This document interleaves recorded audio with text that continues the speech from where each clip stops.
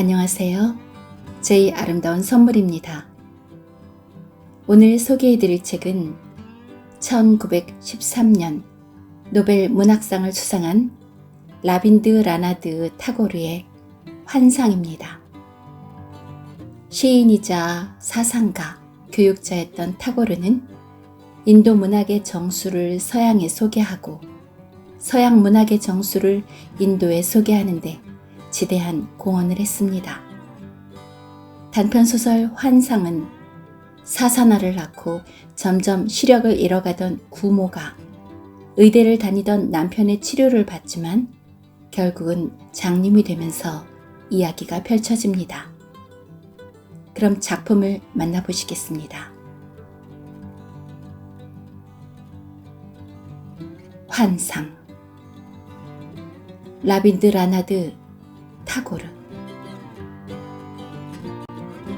젊은 시절 나는 사사나를 낳고 죽을 뻔한 적이 있었다. 시간이 흐르면서 몸은 점점 회복되었지만 이상하게도 눈이 나빠졌고 당시 의과대학에 다니던 남편은 자신의 의학 지식을 선뜻 나에게 적용시키려 하였다. 남편이 직접 내 눈을 치료하기 시작했던 것이다. 그 무렵 오빠는 변호사 시험을 치르기 위해 법률 공부를 하고 있었는데 내 눈이 잘 낫지 않는다고 남편에게 불평을 늘어놓았다. 어떻게 치료를 하는 건가?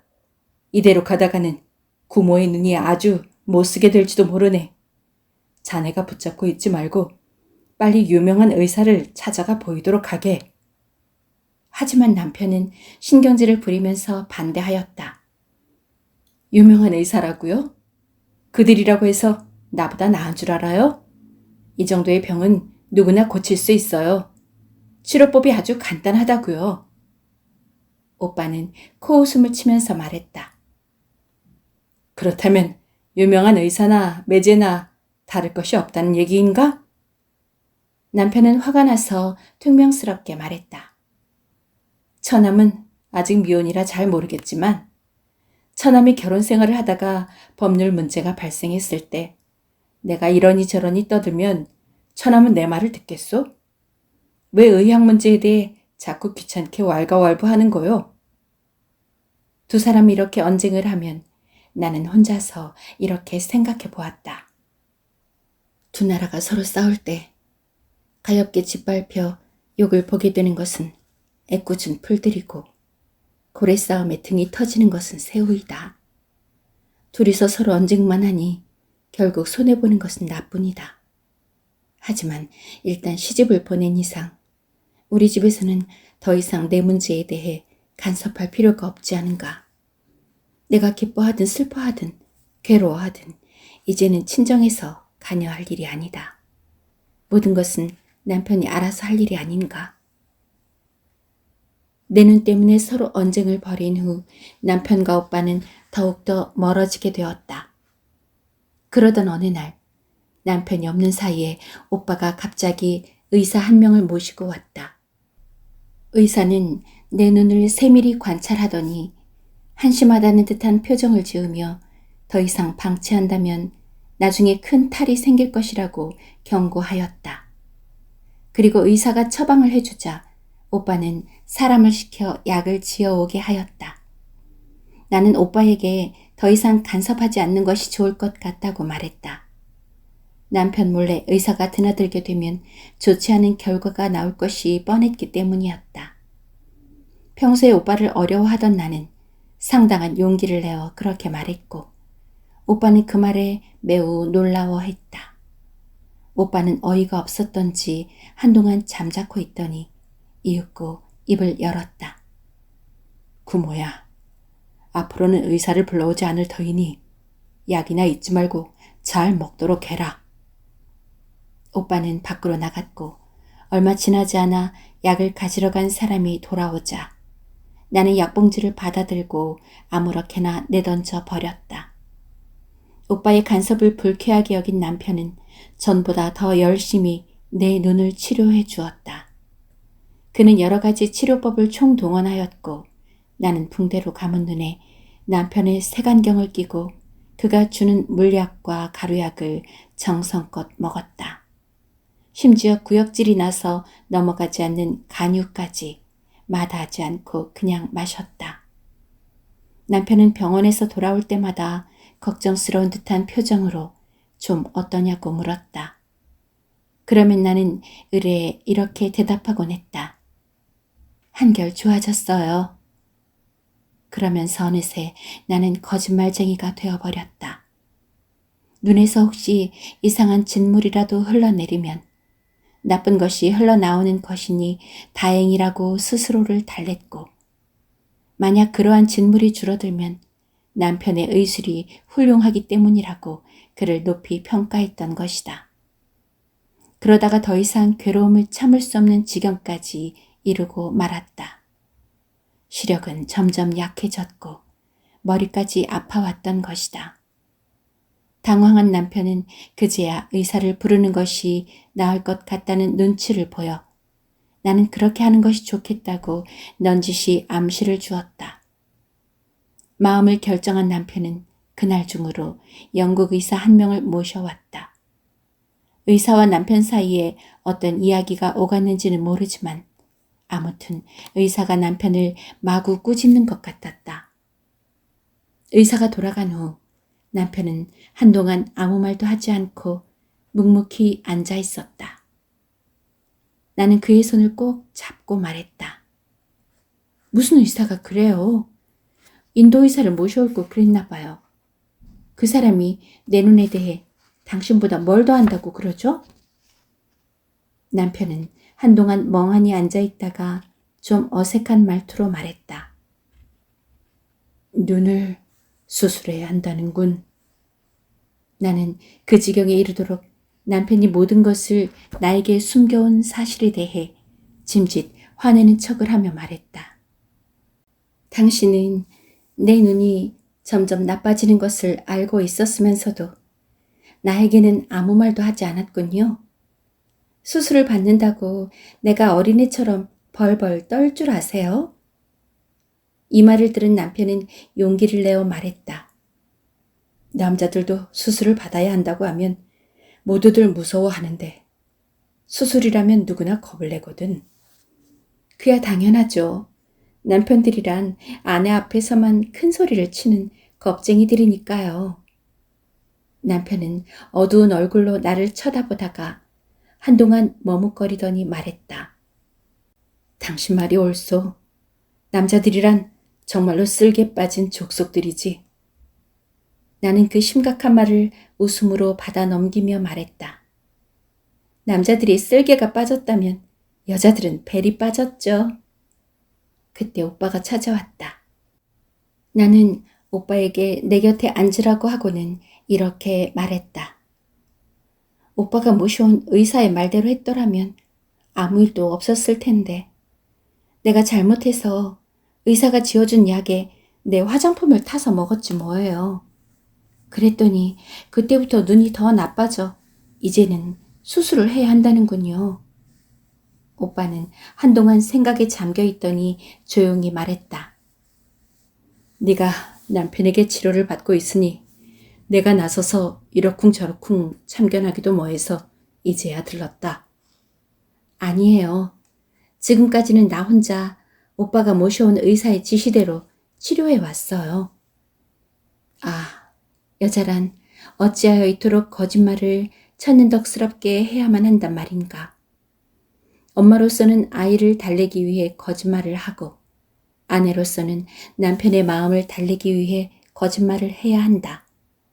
여자란 거짓말을 하며 살아가야 하는 숙명적인 존재인지도 모른다. 나의 거짓말은 오빠와 남편 사이에 좋지 못한 감정을 풀어주었다. 오빠는 남편 몰래 약을 쓰게 되어 병세가 악화되었다고 후회하였고 남편은 남편대로 오빠의 지시를 따르지 않은 것을 뉘우쳤던 것이다. 그리하여 두 사람은 나를 어느 영국 의사에게 수술을 받도록 하자고 의논하였다. 수술은 왼쪽 눈부터 시작되었다. 하지만 내 눈은 그 수술을 감당할 수 없을 정도로 악화되어 있었고 수술 결과 나는 완전히 시력을 잃고 말았다. 희미하게 보이던 빛마저 볼 수 없게 되어버린 것이다. 어느 날 남편이 내 침대 곁에 앉으며 울먹이는 소리로 말을 했다. 당신을 볼 면목이 없구려. 내가 당신의 시력을 잃게 했으니 말이야. 나는 남편의 손을 꼭 쥐면서 말했다. 괜찮아요. 만약 당신이 아닌 다른 의사가 내 눈을 이렇게 해놓았다면 나는 그 무엇으로도 위로받을 수 없었을 거예요. 나는 오히려 다행으로 생각하고 있어요. 당신으로 인해 내가 시력을 잃었다는 것은 그나마 커다란 위안이에요. 옛날에 람철드라가 부처님께 제사를 드릴 때 연꽃만으로는 부족하다는 생각이 들어 자신의 두 눈을 바쳤거든요. 내 두 눈도 부처님께 바친 거예요. 그러므로 당신은 이제부터 기쁘거나 즐거운 것을 보거든 나에게 이야기해 주세요. 그러면 나는 당신의 입을 통해 들은 그 말을 당신의 귀중한 선물로 생각하며 살아가겠어요. 물론 나는 이런 말을 하고 싶어서 한 것이 아니었다. 사실은 가슴이 꽉 막히는 듯한 느낌이었다. 하지만 나는 그렇게 말함으로써 내 마음을 다잡았다가 다음에 내가 실망을 하거나 신앙이 흔들리거나 내 자신이 비통하게 느껴질 때 그 말을 회상하며 나 자신을 달래보고자 했던 것이다. 그리하여 나는 다시금 평화롭고 사랑이 가득 찬 지난날을 되새겨 보려 하였다. 나는 그러한 말로써 내 가슴속에 맺힌 슬픔을 남편에게 충분히 전해준 것이다. 나를 똑바로 바라보지 못하던 남편은 나직한 음성으로 이렇게 말했다. 여보, 내가 저지른 잘못은 이제 돌이킬 수 없을 지경이구려. 내가 할 수 있는 일이 있다면 그것은 언제나 당신 곁에서 힘이 닿는 데까지 당신이 두 눈이 못하는 일을 대신 해주는 것뿐이요. 아니에요. 나는 이 집을 장님이 된 나 하나만을 위한 병원으로 만들 수는 없어요. 당신이 먼저 해야 할 일은 바로 재혼이에요. 이 말을 할 때 나는 거의 울먹이고 있었다. 나는 헛기침을 하면서 마음속에서 솟구쳐 오르는 서름을 억누르려고 앞도 안 보이는 눈을 손수건으로 가렸다. 그러자 남편은 내 말을 가로막으며 말했다. 여보, 나는 바보였소. 위선자이자 모자라는 놈이요. 그러나 악한은 아니요. 나는 당신에게나 부처님께 맹세하지만 만약 내가 재혼을 한다면 천벌을 받을 것이요. 날벼락을 맞을 것이요. 아, 나는 어찌하여 그러하여금 그러한 맹세를 하도록 만들었단 말인가. 하지만 나의 가슴은 기쁨으로 벅차오르고 눈물이 마구 쏟아져 어찌할 바를 몰랐다. 나는 베개에 얼굴을 파묻고 흐느껴 울었다. 얼마 후에야 마음이 진정된 나는 남편의 머리를 가슴에 끌어안고 눈물을 닦으며 입을 열었다. 당신은 왜 그렇게 끔찍한 맹세를 하세요? 나는 당신에게 저속한 쾌락이나 누리라고 재혼을 권한 것은 아니에요. 나 자신을 위해 한 말이에요. 내 눈이 멀쩡했을 때 내가 하던 일 때문이에요. 일이라면 식모나 하인들이 얼마든지 할 수 있어. 식모나 하인들이 내 여왕의 지시를 잘 따르도록 해두겠소. 남편은 나를 여왕이라고 말하면서 내 얼굴을 감싸고 눈썹 사이에 키스를 하였다. 그때 나는 신성한 지혜의 눈이 그가 키스한 자리에 트이는 듯한 엄숙한 경험을 하였다. 나는 혼자서 골똘히 생각에 잠겼다. 이제 나는 세상 일이나 집안일로는 남편을 도울 수 없게 되었다. 그러니 좀 더 고귀한 영적 세계로 들어가 그를 마음껏 축복해 주어야겠다. 이후로는 절대로 전과 같은 거짓말은 하지 않을 것이다. 그리하여 자아를 위한 기만에서 벗어나겠다. 뿐만 아니라 편협하고 위선적인 지난날의 생활을 깨끗이 청산하겠다. 그날 하루 종일 나는 내 안에서 두 개의 자아가 끊임없이 싸우고 있음을 깨달았다. 하나는 재혼을 하지 않겠다는 남편의 엄숙하고 무서운 맹세에서 오는 기쁨이요. 다른 하나는 세월이 흘러감에 따라 그러한 맹세도 쓸모없는 것이 되어 결국에는 그 맹세가 희미하게 사라져버릴 무렵에는 그러한 생각을 하는 동안 나는 두려움으로 온몸이 바들바들 떨렸고 나중에는 숨이 막힐 듯한 공포감에 사로잡혀 앞날이 암담해지는 듯한 느낌이었다. 내 속에 있는 두 개의 나는 끊임없이 남편의 맹세를 부정했다가 긍정하고 또다시 반박하는 싸움이 되풀이되어 도무지 갈피를 잡을 수가 없었다. 나의 마음속에 자리 잡고 있는 것은 불안과 불쾌감 뿐이었던 것이다. 자신의 잘못을 뉘우친 남편은 한동안 하인들에게 일을 시키지 않고 무엇이든 자신이 직접 처리하였다. 그러한 행동은 나를 몹시 기쁘게 해주었다. 나의 곁을 떠나지 않고 시중을 들어주는 남편의 친절함에 나는 너무도 기뻤고 눈을 잃은 대신 남편을 곁에 두게 되었다는 데서 커다란 위안을 받았다. 사실 남편에 대한 생각은 눈을 잃고 나서 더욱더 간절해졌던 것이다. 그리하여 남편이 내 곁을 떠나기만 하면 나는 허전해지는 마음을 견디기가 어려웠다. 지난날 나는 남편이 혹시 병원에서 늦게 돌아오면 문을 열어놓고 큰 길을 내다보며 남편을 기다렸다. 하지만 시력을 잃고 난 후로는 그를 찾아낼 방도가 없었다.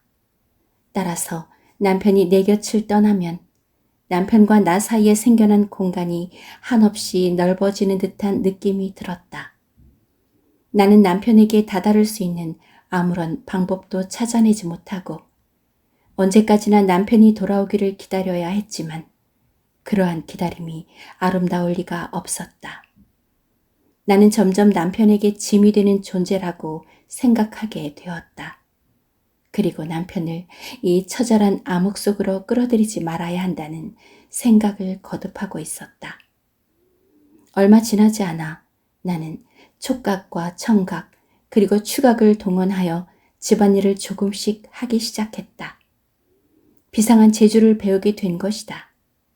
우리의 시각은 가끔 스스로를 해치는 경우가 있는데 나는 눈이 해야 할 일을 다른 감각을 이용하여 충분히 해낼 수 있었다. 그렇게 내가 이를 익히게 되자 남편이 나의 시중을 들어주지 않아도 되었으므로 나는 남편으로 하여금 내 시중을 들지 못하도록 하였다. 물론 남편은 그것은 자신의 참여하는 마음을 가로막는 짓이라고 불평하였지만 이상하게도 그 말은 나의 시중을 들지 않게 되어 마음이 홀가분하다는 뜻으로 들렸고 입에 발린 말로만 생각되었다.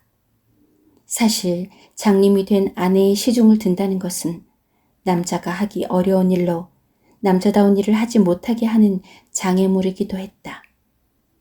드디어 남편이 학교를 졸업하였다.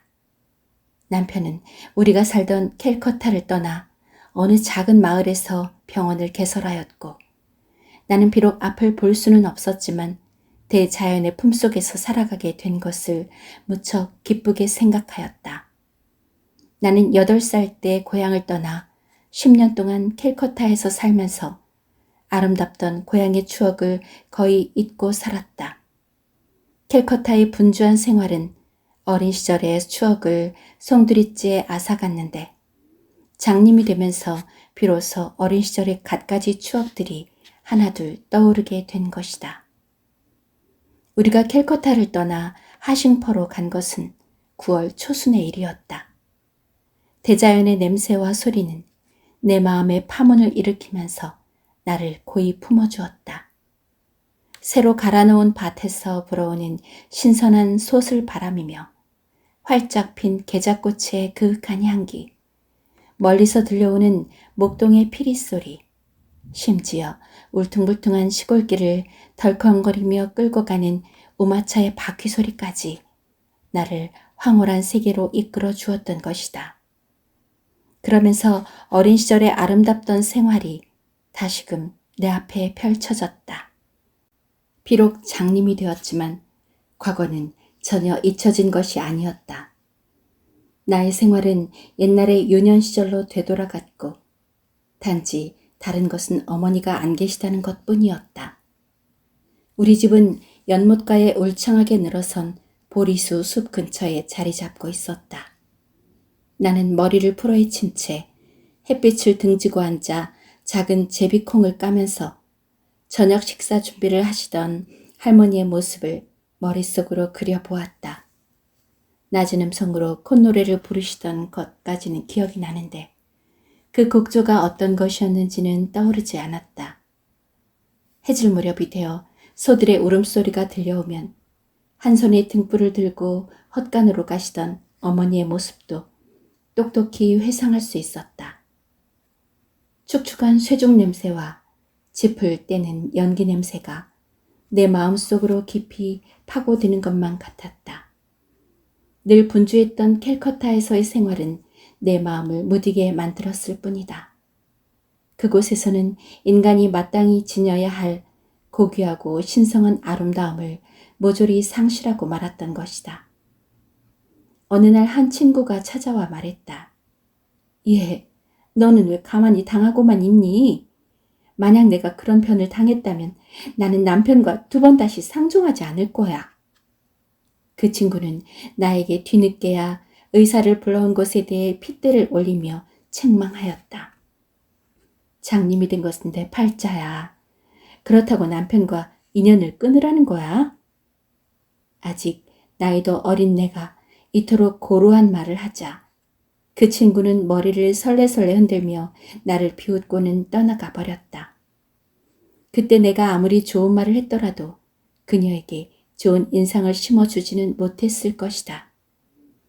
캘커타는 그처럼 쓸모없는 잡담이나 농담으로 사람의 마음을 뒤흔드는 곳이었다.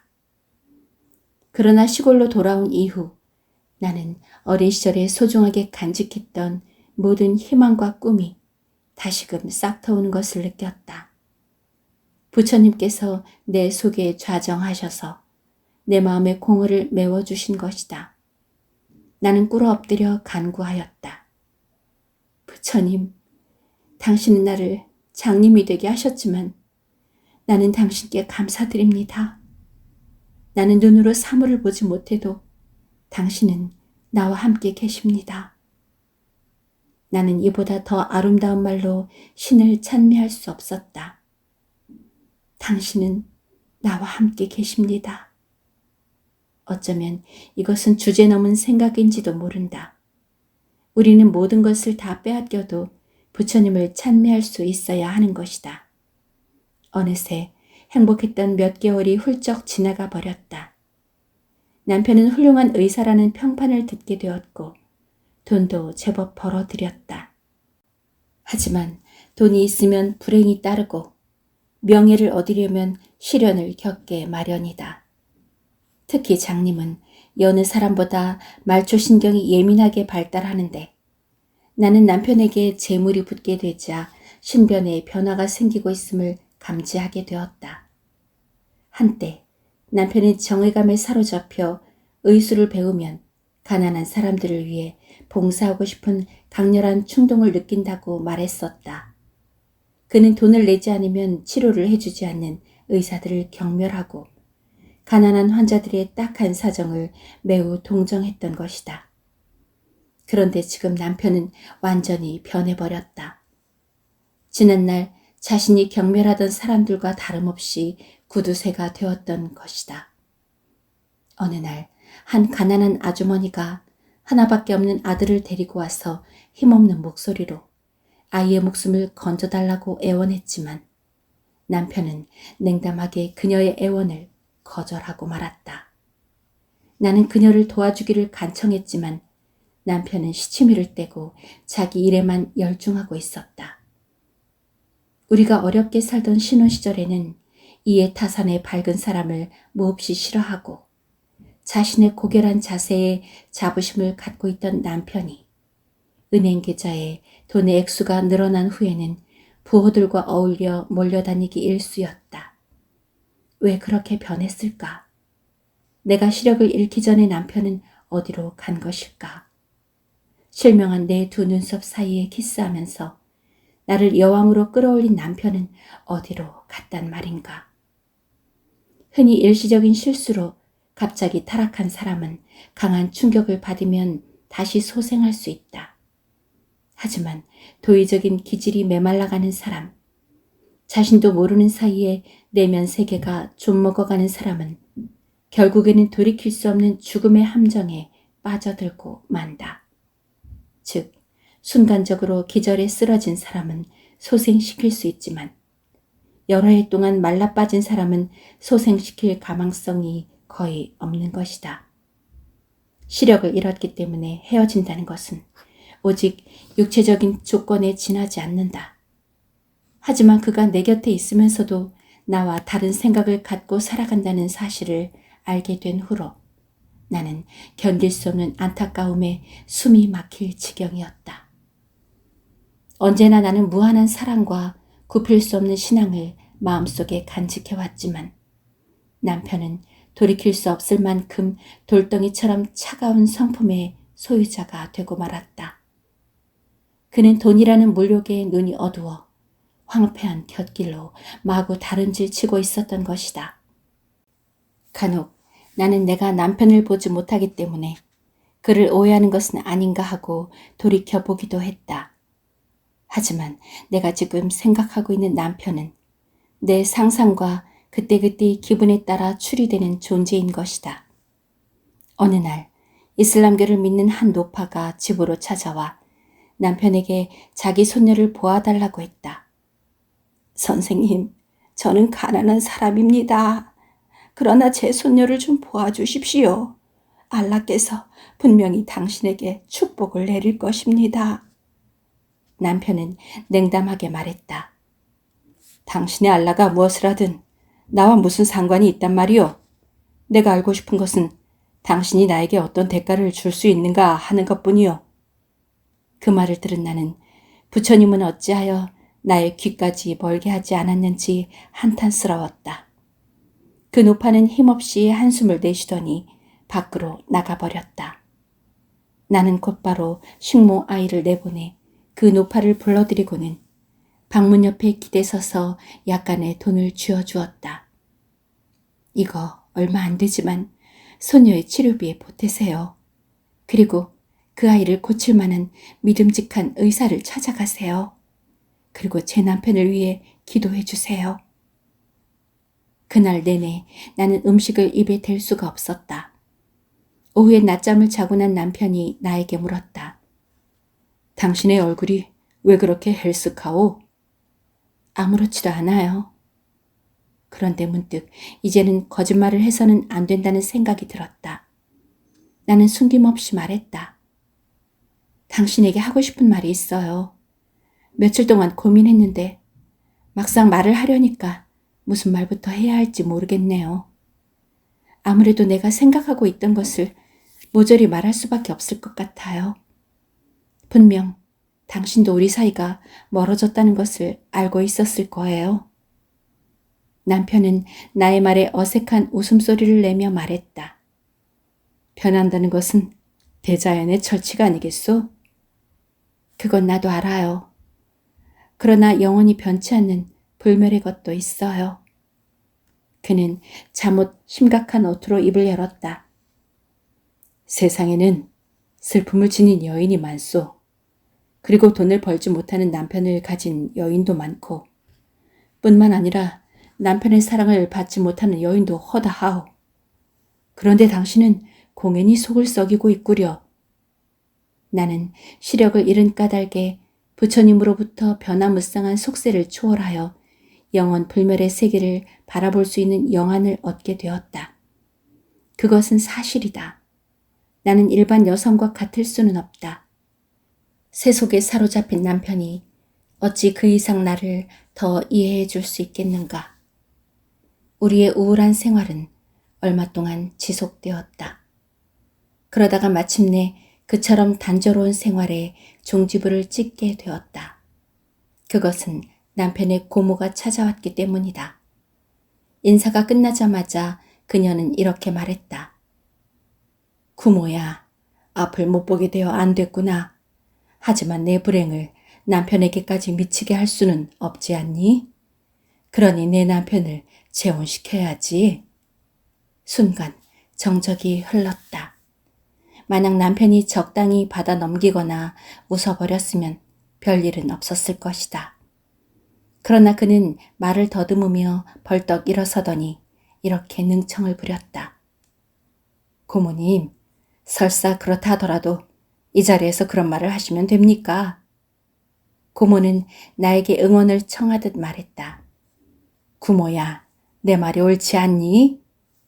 나는 명랑하게 웃으며 말했다. 그 일과 관계가 있는 사람에게 물어보세요. 저에게는 아무런 권한도 없으니까요. 소매치기들이 돈을 훔칠 때 지갑 주인에게 승낙을 받는 것 보셨어요? 고모는 부드럽게 말했다.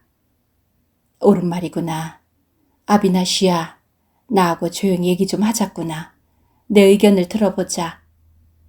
며칠이 지나자 남편은 결국 내 앞에서 고모에게 집안 살림을 거들어줄 만한 점잖은 집안의 아가씨를 물색해달라고 말했다.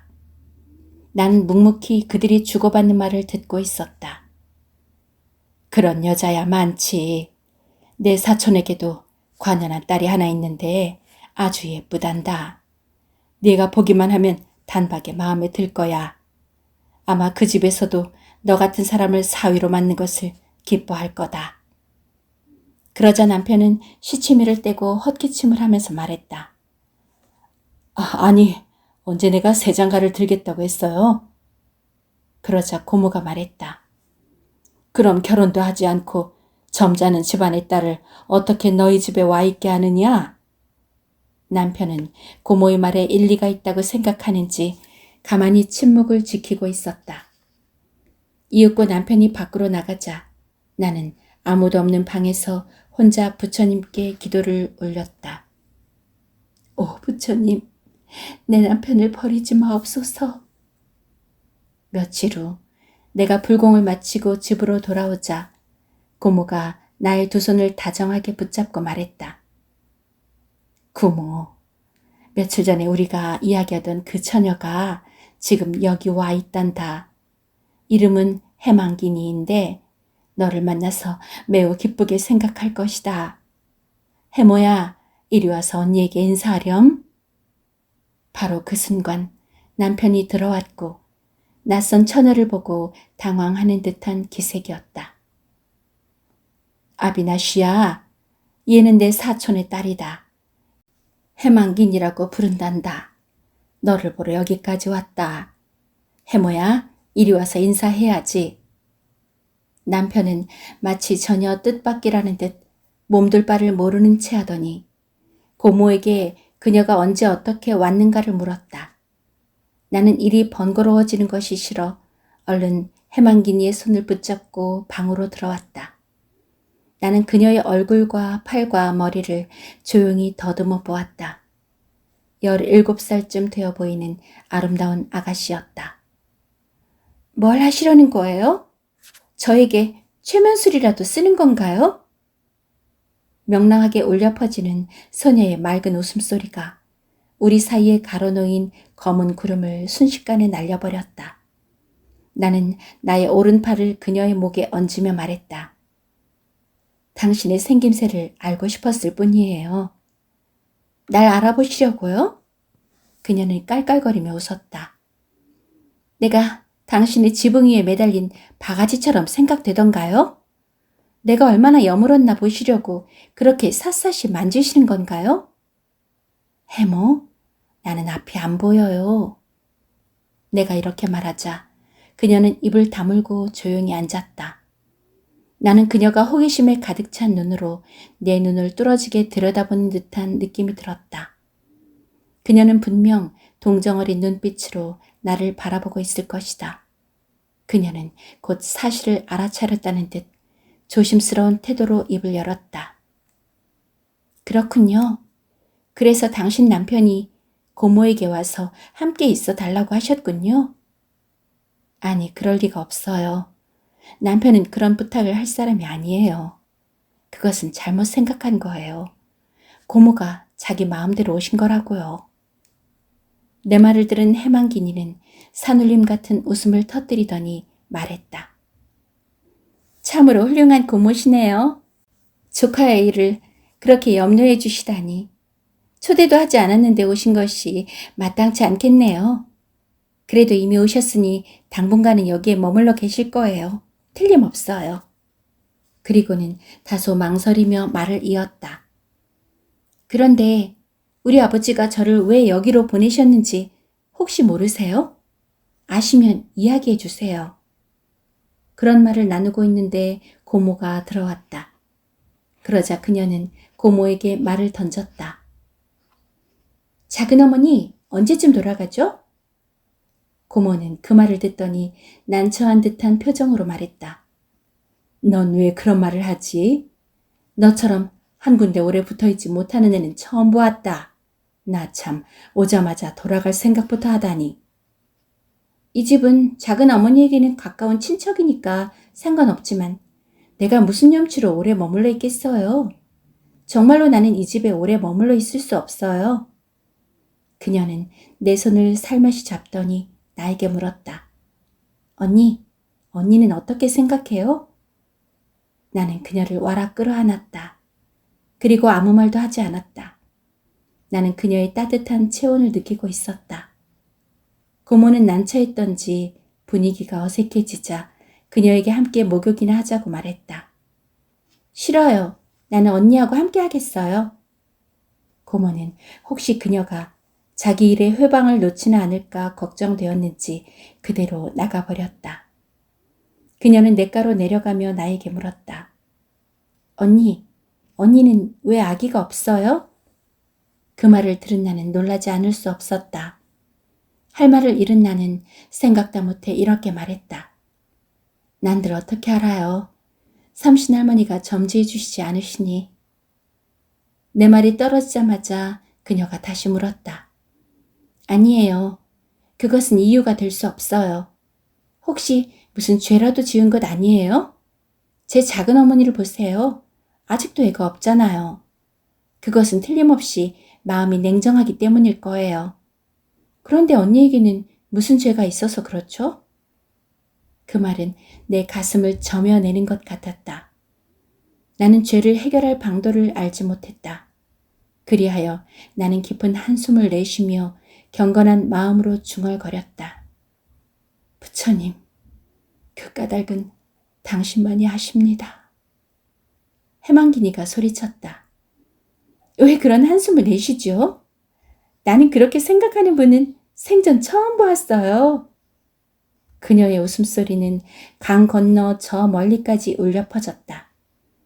그 후 남편은 자기 일에 몹시 태만해졌다. 그는 먼 곳에서 왕진을 부탁하면 모조리 거절해버렸고 가까이 있는 환자들도 마음이 내키지 않으면 모르는 체하고 지나쳐버리기 일쑤였던 것이다.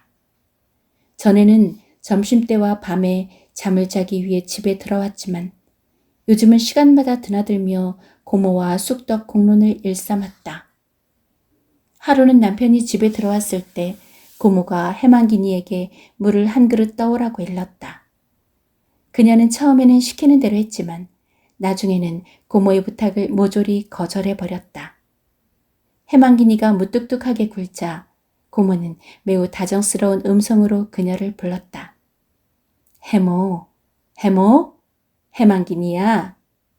하지만 그녀는 나에게 매달리면서 말없이 자신의 안타까움을 표시하였다.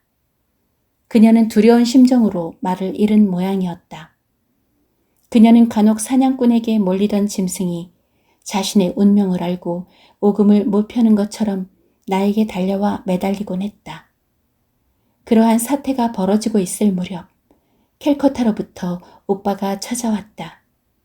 나는 오빠의 통찰력이 얼마나 날카로우며 한편으로 그의 처지가 어느 정도로 난처 있는지 잘 알고 있었다.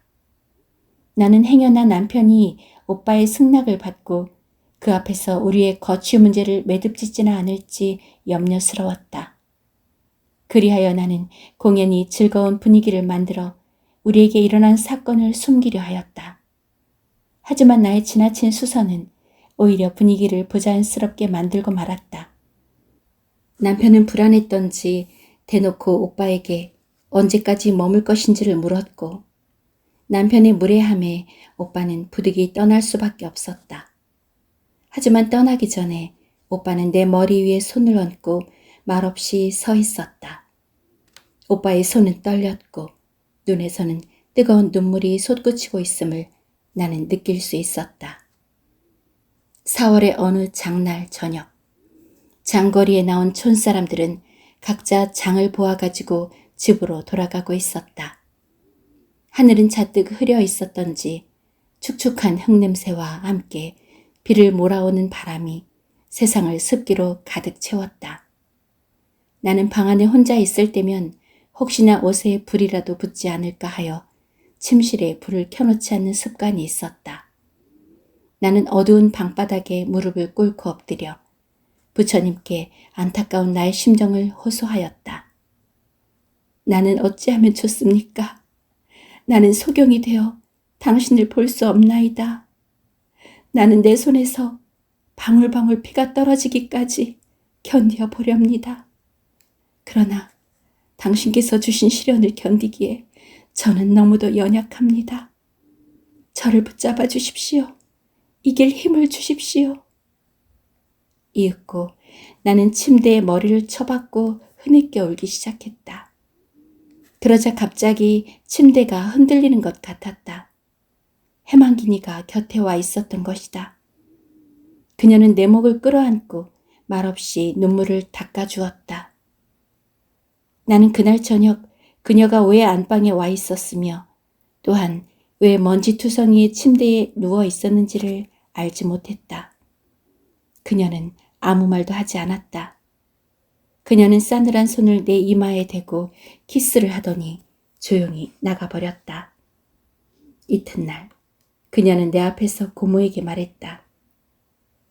작은 어머니는 더 머무시겠어요? 저는 떠날래요. 고모는 그녀에게 자신도 곧 떠날 텐데 구태여 혼자 갈 필요가 어디 있느냐고 타일렀다. 고모는 어색한 미소를 지으며 거드름을 피우더니 비단으로 만든 상자 속에서 보석 반지를 하나 꺼내 들고는 말했다. 해모야, 이것 좀 보아라. 이것은 아비나쉬가 너에게 주는 것이란다. 아주 예쁘지? 해망기니는 고모의 손에서 반지를 빼앗아 들었다. 자, 보세요, 작은 어머니. 제가 얼마나 훌륭한 생각을 했는지 말이에요. 그녀는 태연하게 말을 마치자마자 반지를 창문 밖에 있는 물통 속에 던져버렸다. 놀라움과 노여움으로 눈이 휘둥그레진 고모는 고슴도치처럼 화를 내며 일어섰다. 그리고 나에게 다가와 손을 잡으며 이렇게 말했다. 고모야, 얘가 너무 버릇이 없구나. 내 남편에게는 말하지 말거라. 내 남편이 알면 화를 낼 테니까. 나는 고모에게 그런 염려는 하지 말라고 말했다. 그리고 그런 말을 절대로 입 밖에 내지 않겠다고 맹세하였다. 이튿날 해망기니는 자기 집으로 돌아가기 전에 나를 껴안으며 말했다. 언니, 나를 잊지 말아요. 영원히 잊지 말아요. 나는 손으로 그녀의 얼굴을 수없이 쓰다듬어 주었다. 해모, 소경의 기억력은 아주 비상하단다. 그리고 그녀의 머리와 이마에 마구 키스를 퍼부었다. 나의 암흑세계는 갑자기 우울해졌다. 나의 마음속에서 싹트던 아름답고 쾌활하며 상냥한 젊음이 해망기니와의 이별과 함께 나에게서 떠나가 버렸던 것이다. 나는 팔을 벌려 황폐한 내 세계에서 무엇이든 잡아보려고 여기저기를 더듬어 보았다. 얼마 후 남편이 돌아왔다. 그는 그녀가 떠난 것을 대수롭지 않게 여기는 듯 보이려고 했지만 그것은 헛수고에 지나지 않았다. 그는 그동안 고모가 와 있어서 일을 제대로 하지 못했다고 투덜거렸다. 지금까지 남편과 나 사이를 가로막는 것이 있었다면 그것은 오로지 나의 실명뿐이었다. 그러나 이제부터는 새로운 장애물이 생겼으니 그것은 바로 해망기니에게 쏠리는 남편의 마음이었다. 그는 그녀에 대한 무관심을 가장했지만 안타까운 마음에 어쩔 줄 모른다는 것을 잘 알 수 있었다. 5월 초순. 하루는 식모가 내 방으로 들어오더니 이렇게 말했다. 아저씨가 여행 준비를 하시던데 어디를 가시려고 하는 거예요? 나는 짐작하고 있던 일이지만 식모에게는 이렇게 말했다. 낸들 어떻게 알겠니? 그녀는 더 물으려고 하지 않았다. 그녀는 길게 한숨을 내쉬고 나서 밖으로 나갔다. 남편은 그날 밤 늦게 나에게 와서 말했다. 먼 시골에 왕진을 가야 하니 내일 아침 일찍 떠나야겠소. 아마도 2, 3일 묵고 오게 될 거요. 나는 침대에서 벌떡 일어나 남편에게 큰 소리로 외쳤다. 당신은 지금 거짓말을 하는군요. 남편은 다소 당황한 듯 했다. 내가 무슨 거짓말을 했다는 거요? 그때 나는 사실대로 짓거리고 말았다. 당신 새장가를 들러 가는 거죠? 그는 말이 없었다. 얼마 동안 방 안에는 무서운 침묵이 흘렀다. 나는 다시 입을 열었다. 사실대로 말해보세요. 그는 마치 멀리서 들려오는 산울림처럼 가는 목소리로 힘없이 대답했다. 그렇소. 나는 마구 대들었다. 안 돼요. 그러면 못 써요. 나는 당신을 가만둘 수가 없어요. 이 무서운 함정에서 당신을 끌어내겠어요. 생각만 해도 몸소리가 쳐지는 이 무서운 죄악에서 당신을 구출하겠단 말이에요. 내가 이런 일을 감당하지 못한다면 어찌 당신의 아내라고 할 수 있겠어요? 내가 누구를 위해 늘 기도하겠어요? 방 안은 마치 바다의 밑바닥처럼 조용히 가라앉았다. 그는 바위처럼 말이 없었다. 나는 방바닥에 쓰러져 남편의 무릎을 부둥켜 안고 다짐했다. 내가 무슨 잘못을 했죠? 나의 어떤 면이 못마땅하시죠? 솔직히 말씀하세요. 무엇 때문에 아내가 또 하나 필요하냔 말이에요. 남편은 한참 동안 주저하다가 간신히 입을 열었다. 솔직히 말하겠소. 나는 당신이 무섭소.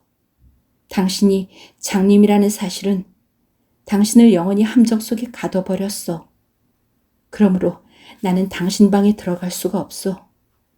당신은 여자라기보다 나에게는 부처님처럼 무서운 존재요. 솔직히 나는 당신과 생활을 같이 할 수가 없소. 나에게는 여자가 필요하오. 특별한 여자가 아니라 그저 보통 여자가 필요하단 말이오. 내 마음대로 꾸짖기도 하고 달랠 수도 있는, 그리고 무엇이나 시킬 수 있는 그런 여자 말이에요. 내 눈에서 눈물이 마구 쏟아져 나왔다. 내가 보통 여자가 아니고 무엇이란 말인가? 나는 분명 정상적인 여자다. 내가 남편에게 정상적인 여자가 아니고 무엇이란 말인가? 믿을 수 있고 의지할 수 있으며 사랑할 수도 있는 정상적인 여자가 아니고 무엇이었단 말인가? 그때 내가 무슨 말을 했는지 모두 기억할 수 없지만 이것만은 아직 생생하게 떠오른다. 부처님 앞에서 맹세하지만 나는 당신의 이 옳지 못한 행동을 못하게 할 것이고 당신의 맹세를 지키게 할 거예요. 당신이 천인공노할 무서운 죄악을 범하기 전에 내가 과부가 되든 해망기니가 죽든 무슨 끝장이 날 테니까. 나는 이 말을 마치고 기절하여 방바닥에 쓰러지고 말았다. 정신을 차렸을 때는 주위에 아무도 없었고 오로지 정적만이 흐르고 있었다. 이튿날 나는 하루 종일 기도만 올리고 있었다. 저녁에는 우레소리와 함께 모진 폭풍우가 마구 쏟아졌고 나는 나에게 어떠한 고난이 닥쳐오더라도 남편을 이 무서운 죄악의 함정에서 구해달라고 기도하였던 것이다. 날이 밝아왔어도 나는 계속 쪼그리고 앉아 기도하고 있었다. 그런데 저녁 무렵 문을 마구 흔들어대며 요란하게 두드리는 소리가 들려왔다. 그들이 문을 박차고 들어왔을 때 나는 의식을 잃고 방에 누워 있었다. 그들이 나를 방으로 옮겼던 것이다. 나중에 정신이 들자 누가 내 귀에 대고 속삭였다. 언니. 나는 해망기니에 무릎을 베고 누워 있었던 것이다. 내가 머리를 움직이자 비단 옷에서 바스락거리는 소리가 들려왔다. 그것은 분명 신부가 입는 비단 옷에서 나는 아름다운 소리였다. 아, 어찌 된 일일까? 내 간절한 기도에도 불구하고 남편이 기어이 이를 저질렀단 말인가? 해망기니는 머리를 숙이고 귀여운 목소리로 말했다. 언니, 나는 우리의 결혼에 대해 언니의 축복을 꼭 받으러 왔어요. 그 말에 내 몸은 마치 벼락을 맞은 듯 통나무처럼 뻣뻣해졌다. 나는 가슴이 울렁거리고 현기증이 일어나는 것을 억제하면서 이렇게 말했다. 내가 왜 내 결혼을 축복하지 않겠니? 너는 아무런 잘못도 없는데. 해망기니는 명랑하게 웃었다. 그리고는 이렇게 말했다. 잘못이 없다고요? 그러면 누구에게 잘못이 있단 말이에요? 나는 억지로 미소를 지으며 속으로 이렇게 생각하였다.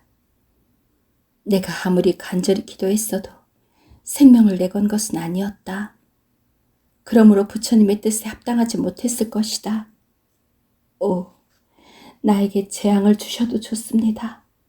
그러나 당신의 섭리 안에서 나의 소망과 성실성이 그들과 충돌하는 일이 없도록 해 주십시오.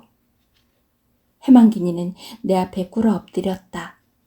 그녀의 옷자락이 내 발등을 덮었고 나는 그녀의 머리에 손을 얹고 행복을 빌어주었다. 항상 축복이 떠나지 않기를, 언제나 행운이 함께하기를. 해망기니는 기도가 부족했던 모양인지 이렇게 말했다. 언니, 언니가 빌어주는 그 축복은 내 마음에 협족하지 못해요. 우리의 행복을 위해 더 빌어주세요. 그리고 언니의 거룩한 두 손으로 내 남편 되는 사람을 언니 집에 맞아주세요. 제가 그분을 언니에게로 모셔오도록 해주세요. 나는 거절할 수가 없었다. 그래, 모셔오려무나. 나는 의무적으로 대답했다. 얼마 후에 귀에 익은 발걸음 소리와 정다운 목소리가 들려왔다. 구모, 그동안 잘 있었니? 나는 벌떡 일어났다. 그리고 방바닥에 꿇어 엎드려 소리쳤다. 오빠! 해망기니는 마구 웃어댔다. 언니는 아직도 모르세요? 이제는 그의 귀를 잡아 비틀며 마구 야단도 쳐보세요. 오빠는 나하고 결혼했으니까요. 나는 그제야 사태를 알아차렸다. 남편은 그 무서운 죄악에서 구원받은 것이다. 그는 죄악의 함정에 빠지지 않았던 것이다. 나는 오빠가 절대로 결혼하지 않겠다고 결심한 것을 잘 알고 있었다. 더욱이 어머니가 돌아가신 뒤로는 결혼 생활에 종교적인 거룩한 면이 없다는 이유로 거부하고 있었다. 하지만 나의 곤경을 동정하여 자신의 굳은 결심을 취소한 것이다. 오빠는 오로지 나를 위해 결혼한 것이다. 사람이 너무 기뻐도 눈물을 쏟게 마련이다. 뜨거운 눈물이 나의 두 볼을 타고 흘러내렸다. 나는 울지 않으려고 애썼지만 어떻게 할 도리가 없었다. 오빠는 손가락으로 말없이 내 머리를 쓰다듬어 주었다. 해망기니는 나에게 매달려 웃기만 하였다. 그날 밤 나는 남편의 안부가 걱정되어 거의 잠을 이루지 못했다.